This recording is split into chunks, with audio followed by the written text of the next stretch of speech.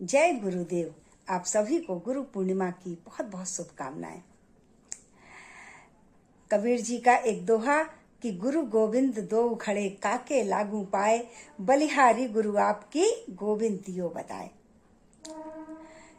कबीर जी ने ये इतनी बड़ी बात ऐसे ही नहीं कह दी, इसके पीछे बहुत बड़ा तथ्य है कि अगर गुरु और गोविंद दोनों खड़े हों तो हमें गुरु के पैर पड़ना चाहिए। भगवान सर्वत्र हैं, हर कण कण में विद्यमान हैं, लेकिन उनके दर्शन क्या हम कर पाते हैं? उनको पहचानने के लिए, उनको जानने के लिए गुरु की जरूरत पड़ती है। इसका एक उदाहरण मैं आप लोगों के सामने प्रस्तुत कर रही हूं कि जैसे हम नदी के किनारे खड़े हैं और हमको नदी के पार जाना है, नाव भी है। क्या हम बिना मल्लाह के नाव से पार कर सकते हैं नदी को? नहीं कर सकते। उसके लिए हमको मल्लाह चाहिए होगा। मल्लाह हमको नाव से नदी के पार ले जाता है और जब उतराई देना होता है तो हम मल्लाह को उतराई देते हैं, शुक्रिया करते हैं उसका। पार तो हमें नाव ने किया, लेकिन क्या हम नाव को शुक्रिया करते हैं? नहीं करते। तो यहाँ पर जो नाव हुई वो ही ईश्वर है और जो मल्लाह है वो हमारे गुरु हैं।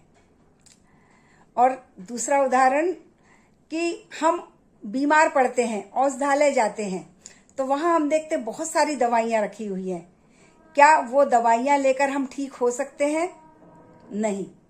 उल्टा का अगर हम अपने मन से दवाइयां लेंगे तो हम और बीमार पड़ जाएंगे। उसके लिए हमें डॉक्टर के पास जाना पड़ता है, डॉक्टर को पूछना पड़ता है, बताना पड़ता है अपना रोग, और फिर हमें डॉक्टर दवा देता है तो हम ठीक हो जाते हैं।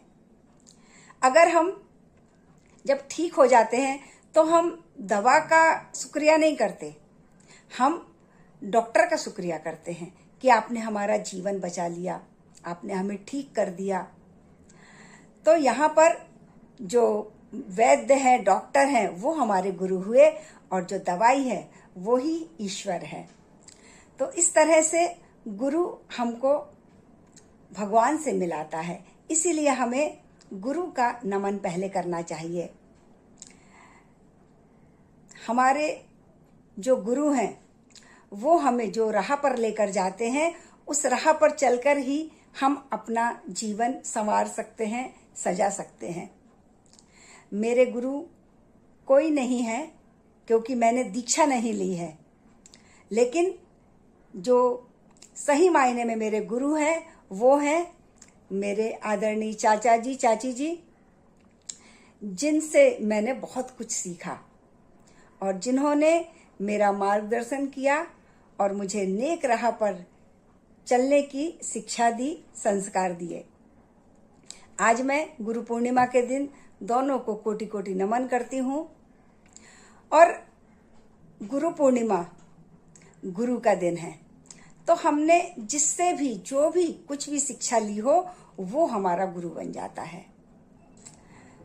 तो आज इन्हीं शब्दों के साथ मैं अपनी वाणी को विराम दे रही हूँ। जय गुरुदेव।